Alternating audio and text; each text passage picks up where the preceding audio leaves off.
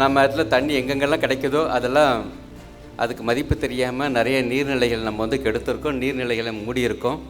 ஆனால் இன்றைக்கி நீங்கள் வாங்குறீங்க ஒரு 20 ரூபா கொடுத்து ஒரு வாட்டர் பாட்டிலை கடைசி வரைக்கும் சொட்டு தண்ணி இருக்கிற வரைக்கும் பாதுகாத்துட்ருக்கீங்க. எதுவும் காசு கொடுத்து வாங்குறப்ப தான் அந்த முக்கியத்துவம் நமக்கு தெரியுது.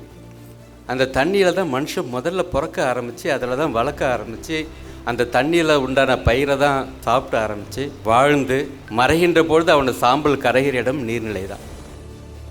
மறை நீர் என்ற தத்துவத்தை ஒவ்வொருத்தரும் புரிஞ்சிருக்கணும். காரணம் என்ன, 5000 லிட்டர் தண்ணி இருந்தால் தான் 1 கிலோ அரிசி உற்பத்தி பண்ண முடியும். நீங்கள் சாதாரணமாக ஒரு வாழைப்பழம் தினம் ஒரு நாளைக்கு சாப்பிட்றீங்க. அந்த வாழைப்பழத்தில் எவ்வளோ தண்ணீர் மறைஞ்சிருக்கு தெரியுன்னு பார்த்தீங்கன்னா கிட்டத்தட்ட 50 லிட்டர் தண்ணி. 50 லிட்டர் தண்ணி. காஃபி உற்பத்தி பண்ணுறதுக்கு எவ்வளோ தண்ணி தேவைப்படுதுன்னு பார்த்தீங்கன்னா கிட்டத்தட்ட 24 லிட்டர் தண்ணி தேவைப்படுது. ஒரு கைப்பிடி கடலை உற்பத்தி பண்ணுறதுக்கு 23 லிட்டர் தண்ணி தேவைப்படுது.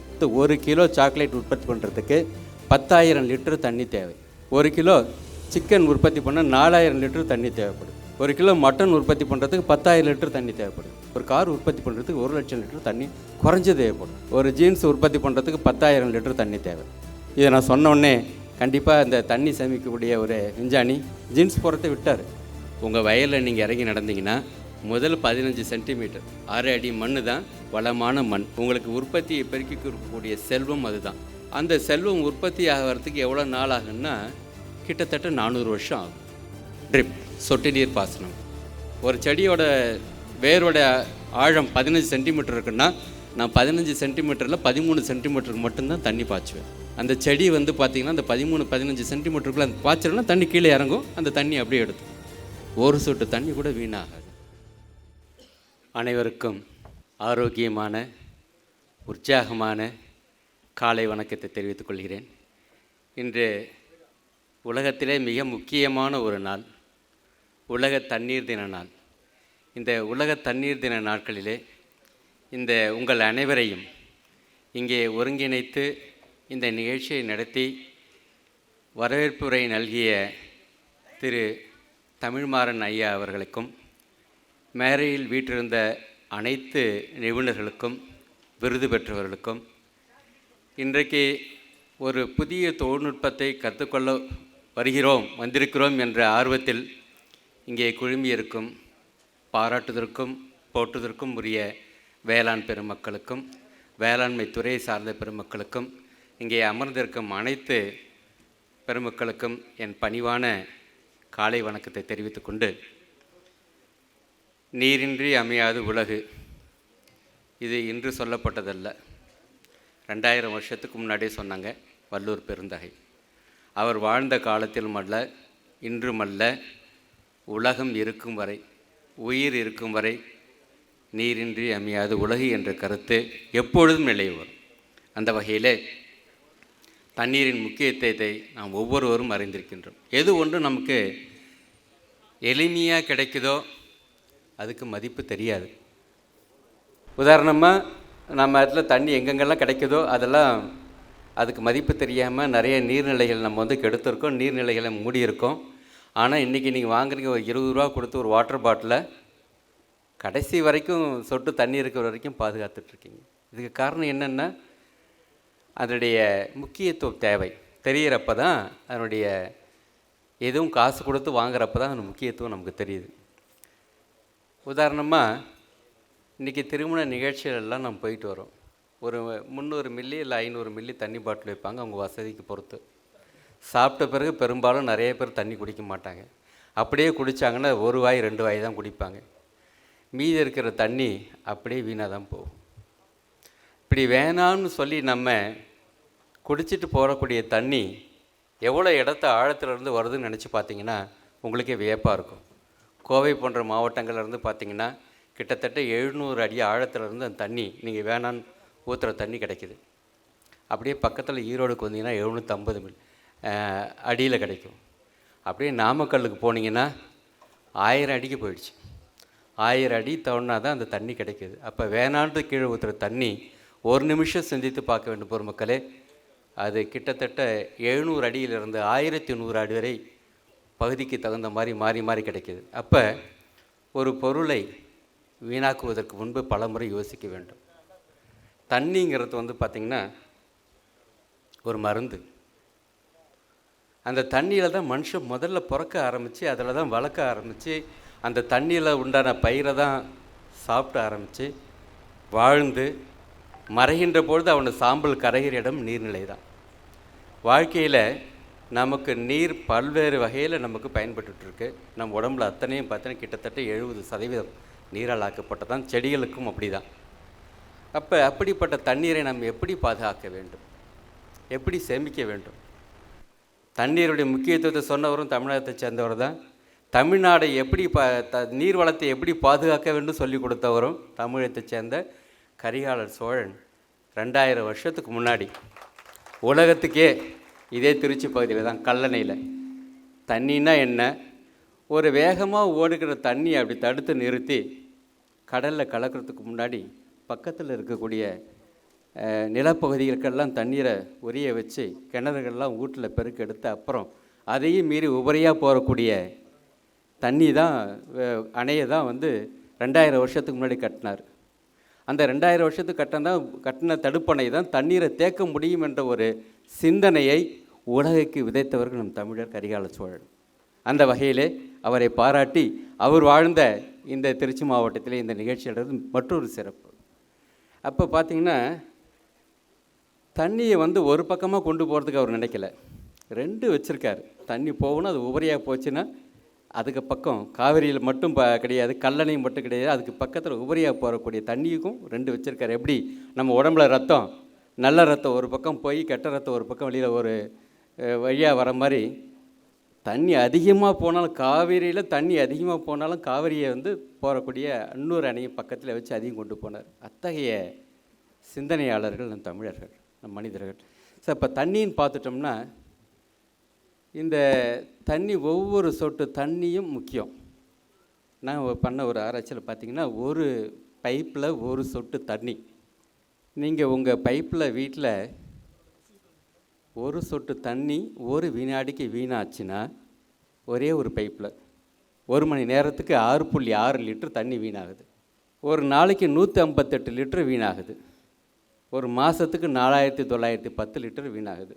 ஒரு வருஷத்துக்கு 57,816 லிட்டர் தண்ணி வீணாகுது.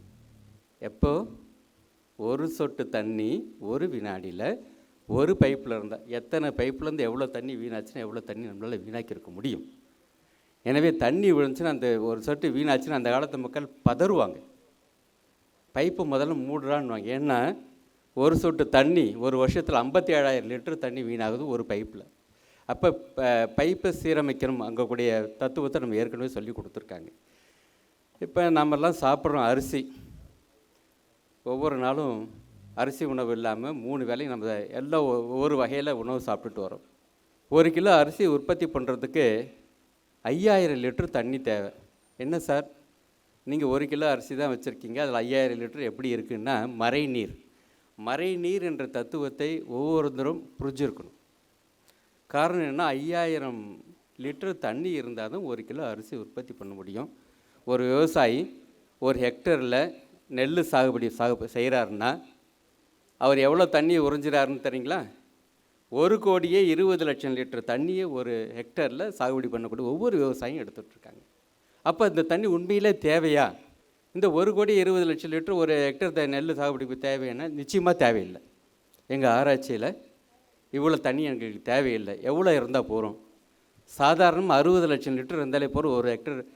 நீங்கள் என்ன மகசூல் எடுக்கிறாங்களோ அதை விட அதிகமாக மகசூலும் குறைஞ்சது 50% தண்ணியை குறைவாக இருக்கக்கூடிய தொழில்நுட்பங்களை தமிழ்நாடு வேளாண்மை பல்கலைக்கழகம் செய்து கொண்டு வருகிறது. தமிழ்நாடு வேளாண்மை பல்கலைக்கழகம் உங்களுக்கு எல்லாருக்குமே தெரியும், கோவையில் இருக்குது. இது தமிழகத்திற்கு ஒரு சிறந்த ஒரு பல்கலைக்கழகம். இந்தியாவிலேயே பார்த்திங்கன்னா இருக்கக்கூடிய 68 வேளாண் பல்கலைக்கழகத்தில் கோவை தமிழ்நாடு வேளாண்மை பல்கலைக்கழகம் முதன்மையான பல்கலைக்கழகம் என்ற பெயரை ஒரு முறை அல்ல 2 முறை பெற்றது. இந்தியாவிலே பெரிய சிறந்த பல்கலைக்கழகம். கிட்டத்தட்ட 120 ஆண்டு காலம் கடந்த ஒரு பல்கலைக்கழகம். இன்றைக்கி அந்த மருதமலைக்கு போனீங்கன்னா பார்க்கலாம், ஒரு வானுயர்ந்த கட்டிடம். அது அந்த உள்ளுக்குள்ளே போய் பார்க்குறதுக்கே நமக்கு ஒரு கொடுத்து வச்சுருக்கணும். காரணம் என்னென்னா, அங்கே பல்கலைக்கழகத்தில் இருக்கக்கூடிய நீர்நிலைகளின் தன்மை ரொம்ப சிறப்பு வாய்ந்தது. அங்கே இருக்கக்கூடிய மரங்களின் எண்ணிக்கை அதிகமானது. ஆக்சிஜன், வெளியில் இருக்க ஆக்சிஜனை விட அங்கே இருக்கக்கூடிய ஆக்சிஜன் கான்சன்ட்ரேஷன் ரொம்ப அதிகம். அப்போ இந்த பல்கலைக்கழகத்தில் நீங்கள் எல்லோரும் சொல்லிகிட்டு இருந்தாங்க, ஐயாலாம் சொல்லிகிட்டு இருந்தாங்க, முக்கியமாக வீட்டில் மழைநீர் சேமிப்பு பற்றியெல்லாம் சொல்லிகிட்டு இருந்தாங்க. எங்கள் தமிழ்நாடு வேளாண்மை பல்கலைக்கழகம் 1906ஆம் ஆண்டு உள்ளே போனீங்கனாலே எழுதியிருக்கும் பெரிய போர்டு. அந்த போர்டில் 1906ஆம் ஆண்டு திறந்து வைக்கப்பட்டது.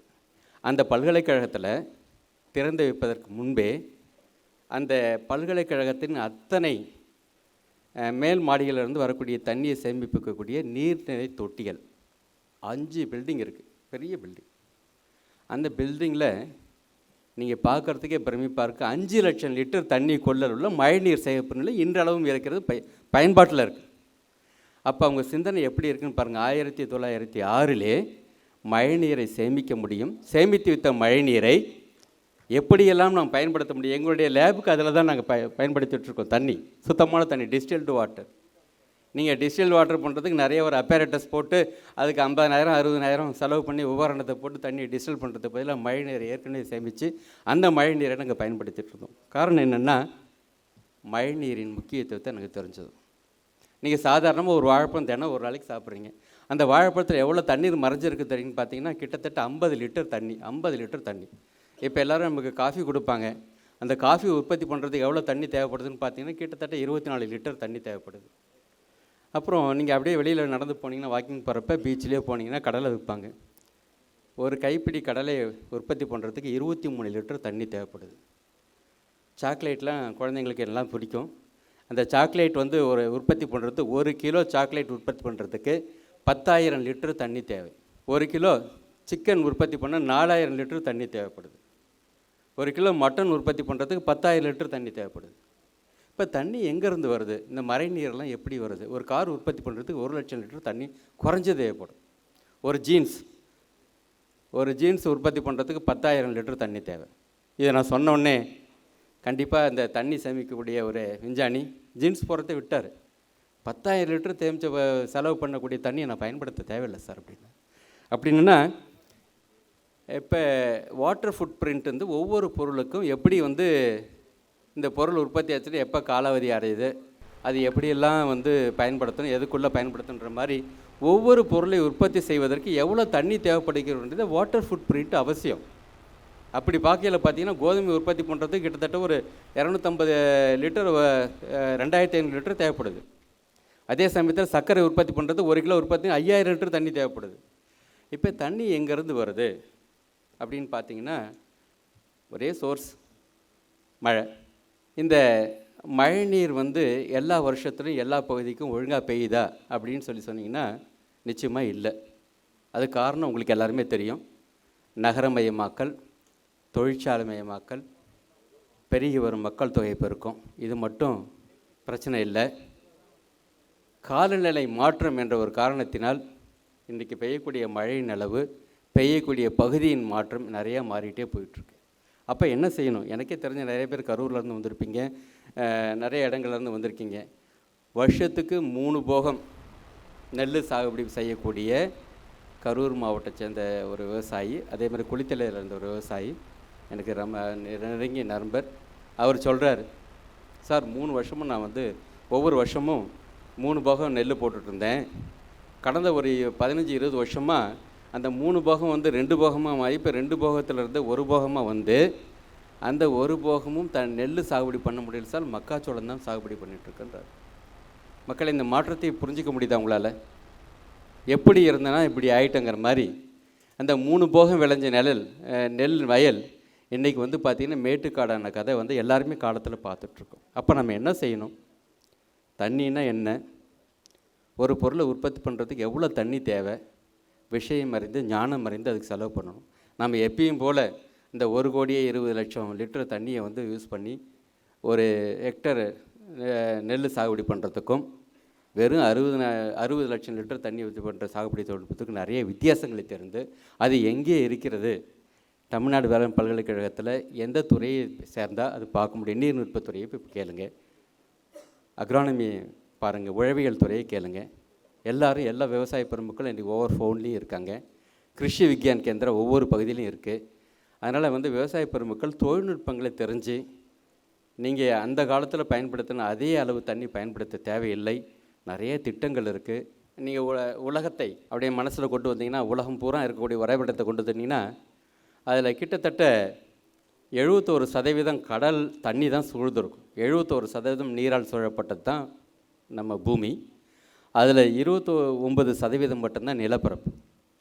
இவ்வளோ தண்ணி இருக்கே சார், நீங்கள் தண்ணியை பற்றி பேசிகிட்ருக்கீங்க, அவ்வளோ பிரச்சனைன்னு சொல்லிகிட்ருக்கீங்க, அவ்வளோ முக்கியத்துவம்னு சொல்லிகிட்ருக்கீங்களேன்னா, அதில் 97% இருக்கக்கூடிய 100 தண்ணி இருக்குன்னு 100% எடுத்துட்டோன்னா, அதில் 97% தண்ணி உப்பு தண்ணி, கடல் தண்ணி. மீதி இருக்கிறது 3%. 3% தான் ஃப்ரெஷ் வாட்டர். இந்த ஃப்ரெஷ் வாட்டரில் பார்த்திங்கன்னா 2% பார்த்திங்கன்னா பனிப்பாறையிலும் ஐஸாகவும் இருக்குது. மீதி இருக்கிறது 1%. இந்த 1% தண்ணியை வச்சு தான் மக்கள் பயன்பாட்டிற்கும், கால்நடைகள் பயன்பாட்டிற்கும், தொழிற்சாலை பயன்பாட்டிற்கும், அத்தனை பயன்பாட்டிற்கும் நம்ம பயன்படுத்திகிட்ருக்கோம். அப்போ தண்ணீரின் முக்கியத்துவம் பார்த்திங்கன்னா, கடல் பூரா தண்ணி இருந்தால் கூட ஒரு குடிக்கிறதுக்கு ஒரு பாட்டில் தண்ணி இல்லைன்னா கப்பலில் போயிட்டுருக்கப்போ பிரச்சனை தானே. அப்போ இவ்வளோ தண்ணி இருந்தாலும் இந்த தண்ணியை எப்படி சிக்கனமாக பயன்படுத்த வேண்டும் என்பது தான் இதோடைய தொழில்நுட்பம். நம்ம இந்தியாவிலேயே நம்ம எதிர்நோக்கி இருக்க மிக முக்கியமான பிரச்சனை என்னென்னு பார்த்திங்கன்னா வாட்டர் ஸ்கேர்சிட்டி. ஏன்னா நமக்கு இருக்கக்கூடிய தண்ணீருடைய அளவு வருஷத்துக்கு வருஷம் குறைஞ்சிட்டு வருது. 1950ஆம் ஆண்டிலே ஒவ்வொரு தனி மனிதனுக்கு எவ்வளோ கிடச்சிதுன்னா 5000 கியூபிக் மீட்டர் தண்ணி கிடச்சிது. இன்றைக்கி எவ்வளோ கிடச்சிட்ருக்குன்னா 1580 கியூபிக் மீட்டர் தான் ஒரு தனிப்பட்ட மனுஷனுக்கு கிடைக்கக்கூடிய தண்ணி. அது 2050 எவ்வளோ இருக்குதுன்னு பார்த்தீங்கன்னா கிட்டத்தட்ட 850 கியூபிக் மீட்டர் தான் கிடைக்குன்றது நிர்ணயிச்சிருக்கோம். அதுக்கு அடுத்த பிரச்சனை என்ன, மண் மலடாகிட்டே போயிடுது. அதுதான் நம்ம சத்குரு ஐயா மண்ணை பாதுகாப்புன்றது முக்கியத்தை ஒரு தெளிவுபடுத்தினார். ஒவ்வொரு நாட்டுக்கும் தெளிவுபடுத்திட்டு வந்தார். பல நாடுகளுக்கும் சென்று வந்தார். ஒவ்வொரு மாநிலத்துக்கும் சென்று வந்து நமக்கு ஒரு பெரிய அறிவுரையை கொடுத்துருந்தார். விவசாய பெருமக்களுக்கு அனைவருக்கும் தெரியும். உங்கள் வயலில் நீங்கள் இறங்கி நடந்தீங்கன்னா முதல் 15 சென்டிமீட்டர் 6 அடி மண் தான் வளமான மண். உங்களுக்கு உற்பத்தியை பெருக்கி இருக்கக்கூடிய செல்வம் அதுதான். அந்த செல்வம் உற்பத்தி ஆகிறதுக்கு எவ்வளோ நாள் ஆகுன்னா கிட்டத்தட்ட 400 வருஷம் ஆகும். 400 வருஷம் ஆகும் மேல் மண் உற்பத்தி ஆகிறது 15 சென்டிமீட்டர். அப்போ நம்ம என்ன செய்யணும், தண்ணீரை பாதுகாக்கிற மாதிரி வளமான மேல் மண்ணை பாதுகாக்க வேண்டும். நான் ஒரு 25 வருஷத்துக்கு முன்னாடி விவசாய தோட்டத்துக்கு போனேன். செருப்பு உள்ளே போட்டு போனேன். செருப்பு போட்டு வராதிங்கன்னாங்க. அப்போல்லாம் நான் மாணவன். 40 வருஷங்களுக்கு முன்னாடி நான் மாணவனாக இருந்தேன். எனக்கு 65 வருஷம் ஆகுது. 65 வயசு ஆகுது. அப்போ போகிறப்ப செருப்பு போட்டுட்டு வரக்கூடாதுன்னு சரின்னு திறந்து வெளியில் வச்சுட்டு வந்தோம். அவங்க நிலக்கடலை கிரவுண்ட்நட் அறுவடை செஞ்சிட்ருக்காங்க. அப்படியே எடுத்து எங்கள்கிட்ட கொடுக்குறப்ப அந்த நிலக்கடையில் பச்சை கடையில் நிறையா மண் ஒட்டிகிட்டு வருது. அந்த மண்ணை சுத்தமாக எடுக்கிறாங்க. மண் புறம் போயிடுது. கடலை எடுத்து கொடுக்குறாங்க. அப்படியே பக்கத்தில் நெருப்பு இருக்குது, அதை சுட்டு தராங்க. பச்சையாகவும் சாப்பிட்டுட்ருக்கோம். ஏன் அந்த மண்ணெல்லாம் உதுத்துட்டு தரீங்கன்னா சொன்னாங்க, இந்த மண் இல்லை சார், இது பொண்ணு. அந்த முக்கியத்தை அவங்களுக்கு தெரிஞ்சிருக்கு. அப்போ நம்ம மண்ணை எப்படி பாதுகாக்கணும், பொன் போல் பாதுகாக்கணும், வளமான மேல் மண்ணை. இப்போ விவசாயம் பண்ணுறதுக்காக நிறைய பேர், நான் குறை சொல்லலை, ஒரு சில பேர் விவசாயமே தெரியாமல் நிறைய வெவ்வேறு துறையிலேருந்து பணம் நிறையா இருக்குன்னு விவசாயம் பண்ண வரேன்னு சொல்லிவிட்டு அவங்க செய்யக்கூடிய முதல் வேலை என்னென்னா இந்த புல்டோசர் வச்சுப்பாங்க. இந்த புல்டோசரை வச்சுட்டு என்ன பண்ணால் எல்லா மேல் மண்ணையும் அடித்து வேறு பக்கத்தில் கொண்டு போய் விட்டுட்டு வந்துடுவாங்க. அடுத்து செய்யக்கூடிய பயிருடைய வளம் எப்படி இருக்குன்னு நினச்சி பாருங்கள். வளமான மண் பூரா ஒரு பக்கம் போயிடும். வளம் இல்லாத மண்ணில் நீங்கள் எதை போட்டாலும் வராது. அப்போ என்ன சொல்லுவாங்க, நிலத்தை சீர் பண்ணேன், எல்லாத்தையும் வச்சேன், நான் ஐடி ஃபீல்டில் சம்பாரிச்சு அத்தனை பணத்தையும் போட்டு நிலத்தை எல்லாம் சீர்படுத்தினேன், ஆனால் எந்த ஒரு பயிரும் வரல, விவசாயமே அப்படி தான், விவசாயத்தை குறை சொல்லிகிட்டு இருப்பாங்க. தொழில் முறையில் குறையில்லை, நம் அணுகுமுறையில் தான் குறை இருக்குது. இப்போ எதை எப்படி செய்யணுங்கிறத அதை முதல்ல தெரிஞ்சுக்கிட்டு செய்யணும். அப்போ ஒவ்வொரு துளியும் மண்ணையும் பாதுகாக்க வேண்டும். அதுதான் நம்ம சத்குரு ஐயா அவர்கள் அறிவுறுத்தினாங்க. அதுக்கப்புறம் பார்த்திங்கன்னா மால் நியூட்ரிஷன். இன்றைக்கி எல்லாம் சொல்கிறாங்க பார்த்திங்கன்னா சத்தான உணவு சாப்பிடணும். உணவுன்னா பல்காக சாப்பிட்றது இல்லைங்க. நமக்கு என்ன தேவை, புரோட்டீன் தேவை, ஃபைபர் தேவை, மினரல்ஸ் தேவை, விட்டமின்ஸ் தேவை, ஃபைபர் தேவை. நான் கடைசியாக சொல்கிறது தான் கார்போஹைட்ரேட். ஆனால் நம்ம கார்போஹைட்ரேட் தான் பிரதானமாக படுத்துகிறோம். அப்போ கார்போஹைட்ரேட்டை பிரதானப்படுத்துகிறப்ப என்ன ஆகுன்னா மற்ற பொருள்கள் நம்ம கிடைக்கிறது இல்லை. அதில் மால் நியூட்ரிஷன் பெரிய ப்ராப்ளமாக இருக்குது. அடுத்து பாப்புலேஷன் எக்ஸ்ப்ளோஷன். நான் உங்களுக்கு சொல்லவே தெரியவில்லை, உலகத்தில் அதிகமாக மக்கள் தொகை கொண்ட நாடு சீனாவாக இருந்தது. இந்தியர்கள் அதை மிந்து விட்டோம். அது இந்த லாஸ்ட் வருஷம் ஸோ அப்போ இத்தனை பிரச்சனைகளையும் நமக்கு சமாளிக்க வேண்டும்னால் மண்ணை பாதுகாக்க வேண்டும், நீரை பாதுகாக்க வேண்டும், சுற்றுச்சூழலை பாதுகாக்க வேண்டும். அதுக்கு உண்டான தொழில்நுட்பங்கள் தான் ஐயா தமிழ் மரம் தெளிவாக சொன்னாங்க. மண்ணுக்கு மரம் அழகு. இந்த மரம் அழகு மட்டும் கிடையாது, மண்ணோட வேர்கள் பார்த்திங்கன்னா ஒரு பனைமரத்தோட வேர் நம்ம பார்த்துட்டு ஒரு நிற்குதுன்னு நினைக்கிறோம். அதுக்கு 3 வகையான வேர்கள் இருக்குது. மேல் வேர், அடிவேர், அதுக்கு கீழே போகிற வேர். ஒரு மரம் எவ்வளோ ஆழத்திலிருந்து தண்ணியை கொண்டு வரதுல மிகச்சிறந்த உதாரணம் என்னென்னா பனை மரம். இப்போ நீங்கள் வளர்க்கக்கூடிய மரங்கள் அத்தனையும் மண்ணை, வளமான மேல் மண்ணை, மழை நீர் அதிகமாக வந்துச்சுன்னா அடிச்சிட்டு போகாத அளவுக்கு, பிடிச்சிட்டு போகிற அளவுக்கு பிடிமானத்தை கொடுப்பது இந்த மரங்கள். மண் வளம் பெருகணுன்னா வளமான மேல் மண்ணை பாதுகாக்கணும். இனிமேட்டு மழை பெஞ்சதுன்னா நிச்சயமாக உங்கள்கிட்ட சொல்கிறேன், உங்கள் மானாவாரி நிலங்களில் 1 அடி உயரத்துக்கு இல்லை 2 அடி உயரத்துக்கு வரப்புகளை கட்டுங்க. ஏன்னா உங்கள் மண் வந்து வெளியில் அடிச்சுட்டு போகக்கூடாது. உங்கள் வளமான மண் உங்கள் இடத்துல தான் இருக்கணும். பெய்யக்கூடிய மழை நீர் உங்கள் நிலத்தில் தான் இறங்கணும். அதுக்கு உண்டான கட்டமைப்புகளை நீங்கள் செய்வீர்களே ஆனால் உங்கள் நிலத்தடி நீர் பாதுகாக்கப்படும், உங்கள் வளமான மண் பாதுகாக்கப்படும். தண்ணீரோட முக்கியத்துவம் சொல்லிவிட்டு ஒவ்வொரு பயிரும் சாகுபடி பண்ணுறதுக்கு நிறையா முறைகள் இருந்தது.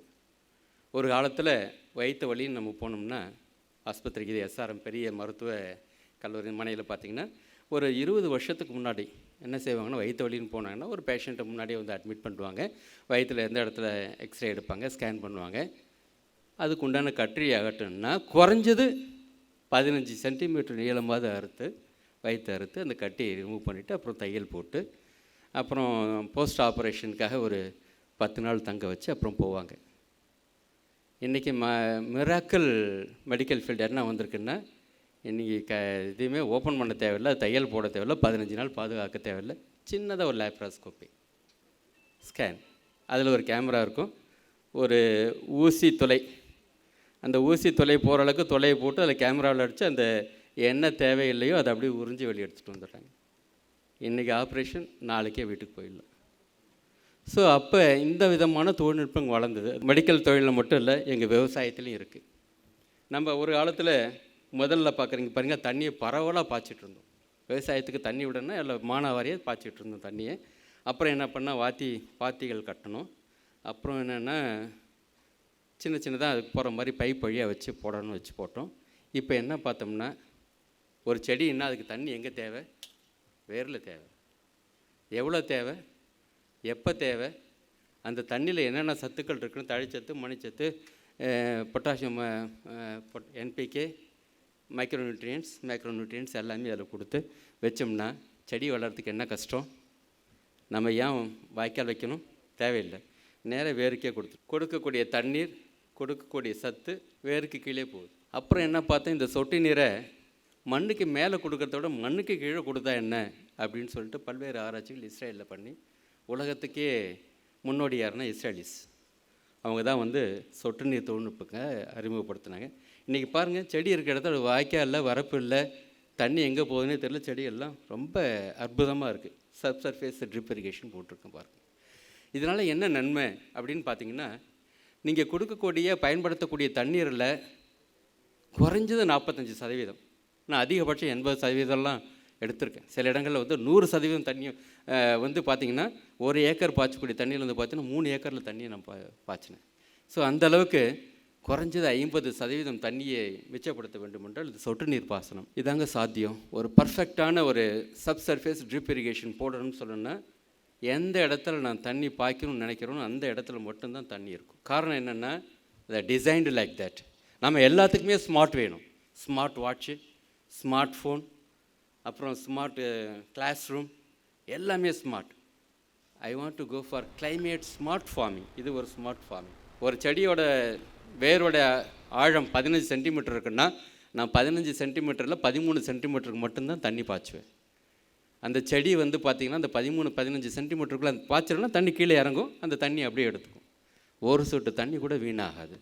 அதே நெக்ஸ்ட்டில் இருக்கிறத பாருங்கள், 10 நாளைக்கு ஒரு வாட்டி தண்ணி கட்டுறேன். இப்போ முதல் நாள் கட்டுறப்ப என்ன பார்த்திங்கன்னா, என்னுடைய வேரோட நீளம் 15 சென்டிமீட்டர்னால் நான் 30 சென்டிமீட்டர் வரைக்கும் தண்ணி கீழே போயிருக்கும். அந்த 30 சென்டிமீட்டருக்கு தண்ணி பார்த்தீங்கன்னா வீணாக தான் கீழே இறங்கி போகும். Why should I? ஏன் நான் வந்து 30 சென்டிமீட்டர் தேவையில்லாமல் வைக்கணும் அப்படின்னு யோசிக்கப்போ தான் இந்த டெக்னாலஜி. ட்ரிப், சொட்டு நீர் பாசனம். 15 நாளைக்கு ஒரு தடவை பார்க்குறப்ப முதல் நாள் ரொம்ப வெள்ளத்தில் இருக்கும், அப்புறம் குறையும், வெயில் அடிக்க குறைச்சிட்டு 15 நாள் வர்றப்ப வறட்சி ஆகும். அந்த செடி மூச்சு விடாமல் சில காலங்கள் இருக்கும், சில காலங்கள் தண்ணி இல்லாமல் வறட்சியாக இருக்கும். ஆனால் அந்த செடி அப்படி இல்லை, ட்ரிப்பில் போட்டது. தினம் தினம் தண்ணீர், தினம் தினம் தண்ணீர். எவ்வளோன்னா கொஞ்சமாக, எவ்வளோ அளவுக்கு? 15 சென்டிமீட்டர். அப்போ தண்ணீருடைய தேவைகள் குறையுது, பயன்பாடு அதிகமாகுது, உற்பத்தி பெருகுது. என்ன இதில் ஒரு பிரச்சனைன்னா ஆரம்ப கால செலவு. இந்த ஆரம்ப கால செலவில் எப்படியெல்லாம் கட்டுப்படுத்தலாங்கிறத பார்த்து மத்திய அரசும் மாநில அரசும் நிறையா வந்து பண்ணாங்க. நாங்களும் வந்து விவசாய பெருமக்களுக்கு 50% மானியம், 80% மானியம், 100% மானியத்திலையும் கொடுத்தோம். விவசாயத்துக்கு நிலைமைக்கு தகுந்த மாதிரி கிட்டத்தட்ட உலக வங்கியின் உதவியோட ஒரு 160 கோடி ரூபாய்க்கு தமிழக வேளாண் பெருமக்களுக்கு இந்த திட்டங்களை, வெறும் ட்ரிப் இரிகேஷன் மட்டும் கொடுக்கலங்க ஐயா, ட்ரிப் இரிகேஷனுக்கு தேவையான உரங்கள், அதற்குடையான தொழில்நுட்பங்கள், அதுக்கு இல்லாமல் மாமரம் வளர்க்கணும் அப்படின்னா கிருஷ்ணகிரி தருமபுரி விவசாயிகள் வந்துருந்தாங்களா உங்களுக்கு தெரியும், மாமரங்களை கொடுத்தோம். கொய்யா மரம் வேணும், கொய்யா மரம் கொடுத்தோம். எந்த ரகம், அல்ஃபோன்ஸாவோ அல்ஃபோன்ஸா வாங்கிக்கிங்க, பெங்களூரா, எந்த மரம் வேணுமோ அந்த மரத்தை வாங்கி கொடுத்தோம். எல்லாம் வந்து மானியம், தொழில்நுட்பங்களை கொடுத்தோம். சிறப்பாக இருந்தது, நல்ல தொழில்நுட்பங்களை கொடுத்தோம். அதே மாதிரி காய்கறி பண்ணக்கூடிய விவசாயிகளுக்கு என்ன தக்காளி வேணுமோ கத்திரி வேணுமோ பண்ணோம். அப்போ அந்த விவசாய பெருமக்களுக்கு தொழில்நுட்பங்களை மட்டும் கொடுக்கறது கிடையாது, தொழில்நுட்பங்கள் சொல்ல அவங்களுடைய இடர்பாடு என்னென்னா, நீங்கள் எல்லாம் சொல்லிவிடுவீங்க, தண்ணி கரெக்டாக பாய்ச்சிடுங்க, அதுக்குண்டான பைப் இருக்கா, உபகரணம் இருக்கான்னா உபகரணங்கள் நாங்களே வாங்கித்தரோம். நிறைய ஒரு 40 கம்பெனி இருக்குது, எந்த கம்பெனிலாம் வாங்கிக்கிங்க, பில்லை கொடுத்துருங்க. நாங்கள் வந்து போட்டிருக்காங்களே செக் பண்ணியிருக்கோம், தொழில்நுட்பங்களை கொடுத்துருக்கோம். எங்களுடைய முகவர் அங்கே போவாங்க, தொழில்நுட்பங்களை கரெக்டாக பயன்படுத்துகிறாங்கன்னு பார்ப்போம். இதுக்கு மேலே சந்தைப்படுத்துதல், உற்பத்தி மட்டும் கிடையாது, சந்தை எப்படி படுத்தணுங்கிறது சந்தைப்படுத்த தொழில்நுட்பங்களை கொடுத்தோம். சரி, விவசாய பெருமக்களுக்கு எல்லாத்தையும் கொடுத்துட்டு விவசாயிகள் கேட்குறாங்க பாருங்கள், சார் நீங்கள் எல்லாம் கொடுக்குறீங்க, எங்களுக்கு மழை என்றைக்கு வருமா, நாளைக்கு காய்ச்சல் இருக்குமா, காற்று அதிகமாக இருக்குமான்ற வேளாண்மை காலநிலை அறிக்கை வந்து எங்களுக்கு கொடுத்தா பரவாயில்ல, கொடுக்கக்கூடிய தொழில்நுட்பங்கள் சரியாக இல்லைன்னு அடுத்து ஒரு ஆராய்ச்சி பண்ணோம். ஒரு 30 கோடி ரூபா திட்டத்தில் அது நானும் ஒரு ஏக்கமாக இருந்து தமிழகம் முழுவதும் இருக்கக்கூடிய 285 பகுதியில் பிளாக்கில் தானியங்கி வானிலை மையத்தை ஆரம்பித்து தமிழ்நாட்டில் இருக்கக்கூடிய அத்தனை பகுதியில் இருக்கக்கூடிய ஒவ்வொரு பிளாக்கில் இருக்கக்கூடிய வளிமண்டலத்தில் இருக்கக்கூடிய தகவல்கள் பெற்றோம். என்னத்தை பெற்றோம்? டெம்பரேச்சர் எவ்வளோ இருக்கும், காலையில் இரவு நேரில் டெம்பரேச்சர் எவ்வளோ இருக்கும், எவ்வளோ மழை அளவு கிடைக்கும், காற்று எந்த திசையிலேருந்து எந்த திசைக்கு போகுது, எவ்வளோ வேகத்தில் போகுது, மழை இருக்கா, காற்றில் ஈரப்பதம் இருக்கா, இது ஒரு 10 பேராமீட்டர். இந்த 10 பேராமீட்டர் எடுத்து என்ன பண்ணோம், தமிழ்நாடு வேளாண் பல்கலைக்கழகத்தில் ஒரு சர்வர் வச்சுருக்கோம். அந்த சர்வருக்கு அந்த டேட்டா வந்துடும். அந்த டேட்டா வந்த பிறகு நாசாவில் இருக்கக்கூடிய டேட்டாவையும் நம்ம டேட்டாவையும் எங்கள் எல்லாம் கம்ப்யூட்டர் எல்லாம் நிமிஷத்தில் செய்யக்கூடிய வேலைகள் அது ப்ரோக்ராம் பண்ணி தமிழ்நாட்டுக்கு அடுத்த 5 நாட்களுக்கு தேவையான வானிலை முன்னறிவிப்பு கொடுத்துரும். இன்றைக்கி வானிலை முன்னறிவிப்பு தெரிஞ்சு தான் பல விவசாய பெருமக்கள் நிறையா பண்ணிகிட்ருக்காங்க. அப்போ என்னென்னா, அடுத்த 5 நாளைக்கு, இன்றைக்கி 22ன்னா 27ஆம் தேதி வரைக்கும் மழை வருமா வராதா, பெரம்பலூருக்கு இல்லை திருச்சிக்கு, இது வட்டார வாரியமாக கொடுக்குறோம், டிஸ்ட்ரிக்ட்டு கொடுக்கல, வட்டார வாரியமாக கொடுக்குறதால என்னாச்சுன்னா விவசாய பெருமக்கள் பெரிய உதவியாக இருந்துச்சு. என்ன சொல்கிறாங்க, சார் இன்றைக்கி நான் அறுவடை பண்ணணுன்னு போகிறேன், மழை வந்துடுச்சு, பெரிய பிரச்சனையாக இருக்குது, இந்த மழை வரும்னு தெரிஞ்சிருந்தேன்னா நான் அறுவடையை 2 நாளைக்கு முன்னாடியே நான் வச்சுருப்பேன். இன்றைக்கி நான் நிலத்தை உழறதுக்காக நான் போயிட்டுருக்கேன், மழை வந்துடுச்சு, அதனால் எனக்கு வெயில் அடிக்குமான்னு தெரில, அதனால் வந்துட்டு என்னால் செய்ய முடியல, களை எடுக்கிறதுக்காக ஒரு 40 ஆட்கள் வேலைக்கு வர சொல்லியிருக்கேன், திடீர்னு மழை வந்துடுச்சு, வேலை செய்ய முடியல. அப்போ எனக்கு இந்த வேளாண் தொழில்நுட்பங்கள் முன்கூட்டியே தெரிஞ்சிருந்ததுன்னா நான் செஞ்சுருப்பேனுங்கிறதுக்குள்ள இந்த தொழில்நுட்பத்துக்கு உடைய இதுதான், இந்த கண்டுபிடிப்பு தான் இது. ஸோ இந்த 30 கோடி ரூபாயில் இந்த நிகழ்ச்சிகள் போட்டு இன்றைக்கி பார்த்திங்கன்னா இதை விவசாயத்துக்கு மட்டும் பயன்படுத்துறதில்ல. கோயம்புத்தூரில் தமிழ்நாடு வேலை பல்கலைக்கழகத்தில் வேலை செய்கிறப்ப உங்களுக்கு எல்லாருக்குமே தெரியும், கோவை கிட்டத்தட்ட ஒரு 60 காலேஜ் இருக்குது, நிறைய இன்ஜினியரிங் காலேஜ். ஒரு சிறப்பு வாய்ந்த இன்ஜினியரிங் காலேஜில் ஒரு விளையாட்டு நிகழ்ச்சி நடத்துகிறாங்க, 3 நாள் தொடர்ந்து நடக்குது. அதில் கிட்டத்தட்ட ஒரு 3000 மாணவர்கள் பங்கேற்கிறாங்க. திடீர்னு பார்த்திங்கன்னா மார்ச் மாதத்தில் மழை வந்துடுச்சு, காலையில் வர மாதிரி ஒரு சூழ்நிலை. உடனே எனக்கு ஃபோன் பண்ணாங்க, சார் நீங்கள் அது இப்போ அந்த துறையோட தலைவராக இருக்கேன், மழை வருமா சார் 3 நாளைக்கு வரும்னு சொன்னால் நான் ஷாமியானா போடணும், அது கிட்டத்தட்ட ஒரு 10 லட்ச ரூபா செலவாகும். வராதுன்னா நான் இருக்கிற வச்சு ஃபங்க்ஷன் நடத்துவேன்னு அப்புறம் பார்த்தோம். நிறைய மாடல்ஸ் இருக்குது. ஒரு 3 மாடல்ஸை செக் பண்ணி வேர்ல்டு லெவலில் இருக்கிற மாடல் பார்த்து வராதுன்றது சொன்னோம். அப்படியே வந்தாலும் லேசாக தூறல் தான் வரும். அதை விளையாட்டு வீரர்களுக்கு உற்சாகத்தை தான் அளிக்குன்னு சொன்னோம். அந்த மாதிரி அந்த 3 நாட்கள் மழை வரவில்லை. அதனால் 10 லட்ச ரூபாய் அவங்களுக்கு மிச்சம். அப்படி வந்து அந்த வேளாண் வானிலை அறிக்கை அவங்களுக்கு பயன்பட்டது. அந்த துறை டீன் மற்றவங்களாம் ரொம்ப பாராட்டினாங்க. அது மட்டும் இல்லை, திடீர்னு பார்த்திங்கன்னா ஒரு நிறைய இண்டஸ்ட்ரீஸில் நிறைய கட்டடம் கட்டிட்டு வராங்க. ஒரு நாளைக்கு 1500 மூட்டை சிமெண்ட் பேக் போட்டு ரூஃபிங் பண்ணுறாங்க. அவர் எனக்கு ஃபோன் பண்ணி, என்ன சார் மழை வருமா சார்? நான் கான்ட்ராக்ட் ஒர்க் பண்ணிகிட்ருக்கேன், எனக்கு ஒரு 4 மணி நேரம் மழை இருந்தால் இன்றைக்கி தான் போட்டேன், மழையே இல்லாமல் வெயில் அடிச்சிட்டு இருந்தது. காலையில் பார்க்குறேன் வானம் மூடிட்டுருக்கு. ஒரு 2 மணி நேரம் 3 மணி நேரம் இருந்துச்சுன்னா நான் தளத்தை போட்டுருவேன். மழை வருமா சார்னு கேட்டார். இன்றைக்கி மழை வராதுங்க, சாயந்தரம் 7 மணிக்கு மழை வருங்க அப்படின்னு அவர் கணிச்சு சொன்னதில் கரெக்டாக போட்டு முடிச்சிட்டாரு. சாயந்தரம் 8 மணிக்கு மேலே மழை வந்து அவர் செட்டிங்க்கு நல்லா இருந்துச்சு. அப்போ செய்யக்கூடிய தொழில்நுட்பங்கள்லாம் பார்த்திங்கன்னா ஒரு சாரருக்கு பயன்படுத்தலை. ஏன்னா வானிலைங்கிறது வந்து விவசாயத்துக்கு மட்டும்தான் நம்ம நினச்சிட்ருக்கோம், விவசாயத்துக்கு மட்டும் இல்லை. இப்போல்லாம் எங்கள் காலேஜில் வந்து டூர் போவாங்க ஸ்டூடெண்ட்ஸு கூப்பிட்டு. அப்போ உடனே கூப்பிடுவாங்க, சார் அடுத்த 4 நாளைக்கு எப்படி சார் மழை இருக்குமா வெயில் இருக்குமா? நாங்கள் ஊட்டியெல்லாம் போகிறோம். இன்றைக்கே நீங்கள் வெப்சைட்டில் நீங்கள் பார்க்கல, இது open website, free website, tan.tna.ac.in. நான் கொடுக்குறேன் இன்டர்வல் பீரியடில். தமிழ்நாடு அக்ரிகல்ச்சரல் வெதர் நெட்வொர்க் அந்த வெப்சைட்டில் போட்டிங்கன்னா நீங்களே பார்த்துக்கலாம். நீங்கள் ஊட்டிக்கு போகிறீங்க, கொடை எடுத்துகிட்டு போகணுமா, மழை வருமா, கொடை வேணாமான்றது நீங்கள் நிர்ணயிச்சிக்கலாம். ஸோ அந்த வகையில் இந்த தொழில்நுட்பங்களாக நாங்கள் கொடுத்துட்ருக்கோம். ஸோ இந்த தொழில்நுட்பங்களை பயன்படுத்தி எங்களுடைய சக்ஸஸ் ஸ்டோரி நீங்கள் பார்த்திங்கன்னா தெரியும். விவசாய உபகரணங்கள் மட்டும் கொடுக்கறதில்ல, சொட்டு நீர் பாசனங்கள் மட்டும் கொடுக்கறதில்ல, தொழில்நுட்பங்களை கொடுத்து தண்ணியை மிச்சம் பண்ண சொல்லி பார்த்தீங்கன்னா ஒவ்வொரு இதெல்லாம் இன்றைக்கி பார்த்துருப்பீங்க, வீடியோவில் பார்த்துருப்பீங்க. எல்லா பயிர்களுக்குமே நெல் கூட நாங்கள் போட்டு பார்த்துட்டோம். ஸோ அப்படி பார்க்குறப்ப மலர் பயிர்களாகட்டும், தானிய பயிர்களாகட்டும், தீவன பயிர்களாகட்டும், அப்புறம் காய்கறி பயிர்களாகட்டும், பழங்களாகட்டும், மரங்களாகட்டும், அத்தனைக்கும் எங்கள்கிட்ட தொழில்நுட்பங்கள் இருக்குது. அது மட்டும் இல்லாமல் எங்களுடைய தமிழ்நாடு வேளாண் பல்கலைக்கழகத்தில் நீர்நுட்ப மையத்தில் ஒரு பில்டிங் இருக்குது, பெரிய பில்டிங், 1100 ஸ்கொயர் மீட்டரில். அதிலேருந்து ஒரு வருஷத்துக்கு 7 லட்சம் லிட்டர் தண்ணி எடுத்துகிட்ருக்கோம். 7 லட்சம் லிட்டர் மழை நீரை எடுத்துகிட்ருக்கோம். கோயம்புத்தூருடைய மழை அளவு உங்களுக்கு தெரியும், 750 மில்லிமீட்டர் மழை, 75 சென்டிமீட்டர் மழை. அதில் வச்சு 7.5 லட்சம் லிட்டர் தண்ணி எனக்கு எடுத்துகிட்ருக்கோம். தண்ணீரோட முக்கியத்துவத்தை நான் கடைசியாக சொல்லணும்னா, தண்ணீர் ஒரு மருந்துன்னு முன்னாடியே சொன்னேன். தண்ணீர் ஏன் மருந்து அப்படின்னு சொல்லி பார்த்தீங்கன்னா, ஒரு வீட்டுக்கு நீங்கள் போகிறீங்க, முதல்ல உங்களை வந்து வரவேற்றுட்டு உட்கார வச்சு முதல்ல கொடுக்குறது தண்ணி தான். உங்களுக்கு எல்லாருக்குமே தெரியும். ஏன் தண்ணி தராங்கன்னு ஒரு தடவை யோசிச்சிருக்கீங்களா? நம்ம அவங்க வீட்டுக்கு ஒரு சண்டை போடணும்னு போவோம், இல்லை ஒரு ஆதங்கத்தோடு போவோம். முதல்ல நம்மளை ஆசுவாசப்படுத்துறது அந்த தண்ணி தான். வாங்க உட்காருங்க, எந்த இது வந்தாலும் உட்காருங்க, தண்ணி குடிங்கன்னு சொல்லுவாங்க. அப்போ என்னென்னா வரவேற்கிறதுக்கு மட்டும் இல்லாமல், நல்ல நிகழ்ச்சிகளுக்கு மட்டும் இல்லாமல், ஒரு ஸ்ட்ரெஸ் ஃபீலிங்கில் இருக்கிறவங்களுக்கு சண்டை போட்டு 2 பேரும் முதல்ல தண்ணியை குடிப்பா. தண்ணியை குடிச்சுன்னா மனசு கூல் டவுன் ஆகும். இப்போ தண்ணியை கொடுத்துட்டு தான் பண்ணுவாங்க. அந்த தண்ணியை வேணான்னு கீழே ஊற்றுனீங்கன்னா 1100 அடி தண்ணீர்லேருந்து வருது. எனவே குடிப்பதற்கு முன்னாடி ஒரு கிளாஸ் கொடுத்தாங்கன்னா அம்மா 1/2 கிளாஸ் கொடுங்கன்னு கேளுங்க. இல்லை அந்த முழு கிளாஸையும் குடிச்சிட்டு போங்க. இல்லை பாட்டிலில் கொடுத்தாங்கன்னா தயவுசெய்து கல்யாண வீட்டில் அந்த ஒரு வாய் மட்டும் குடிச்சிட்டு மீதி அந்த 300 ml வைக்காதீங்க, கையோடு எடுத்துகிட்டு போயிடு. நான் இது வரைக்கும் அந்த பாட்டில் நாங்கள் வைக்க மாட்டேன், நான் எடுத்துட்டேன்.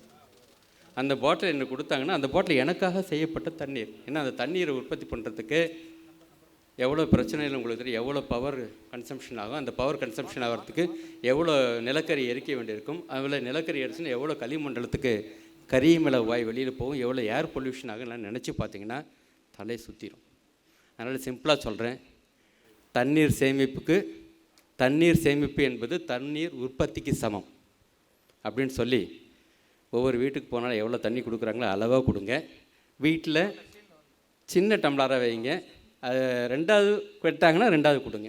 அதனால் பெரிய டம்ளரை வைக்காதீங்க. முக்கியமாக இந்த மழை நீரெல்லாம் வச்சுட்டு செய்கிறாங்க பாருங்கள், precious water is precious, water is a medicine. ஏன்னா உங்களுக்கு ஜீரண மண்டலத்தை கொண்டு போகிறதுக்கு தண்ணி தான். தண்ணியை குடிக்கிறதுக்கு நிறையா வழிமுறைகள்லாம் இருக்குது. மடக்கு நிறைய குடிக்காதீங்க, மெதுவாக சிப் பண்ணி கொடுங்க, கொஞ்சம் கொஞ்சமாக குடிங்க. அது உங்கள் உடம்புல போயிட்டு ஜீரண மண்டலத்தை சரிப்படுத்தி செரித்த உணவை வெவ்வேறு பாகத்துக்குள்ள எடுத்து செல்வது தண்ணீர் தான். எனவே தண்ணீரை பாதுகாப்போம். Save water, save planet, save life. Thank you so much.